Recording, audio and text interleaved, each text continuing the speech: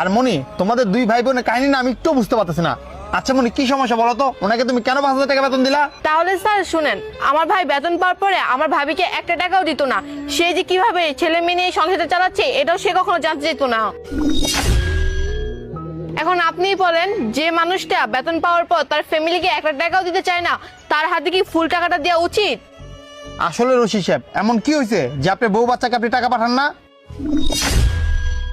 Sir, আমার ভাই আপনাকে কিছুই বলবে না, আমি বলতেছি শুনেন।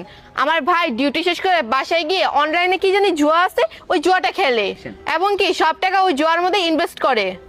আর একটা মানুষ কিভাবে এত বড় হওয়ার পরও নিজের ফ্যামিলিকে টাকা পয়সা না দিয়ে সে সবগুলো টাকা সে জুয়ার মধ্যে ইনভেস্ট করে? রশিদ সাহেব, আপনার বোন এইসব কি বলতেছে? ছি রশিদ সাহেব, ছি, এগুলো কখনো আপনার কাছে আশা করিনি। আপনি কি না অনলাইনে জুয়া খেলেন? এটা কিভাবে সম্ভব? আপনি আপনার বউ বাচ্চার কথা একটু ভাবেন নাই? আরে আপনি না থাকলে তাদের কে থাকবে বলেন? এই মেয়েটার না কয়দিন পর বিয়ে হয়ে যাবে, এ কি আপনার বউকে আর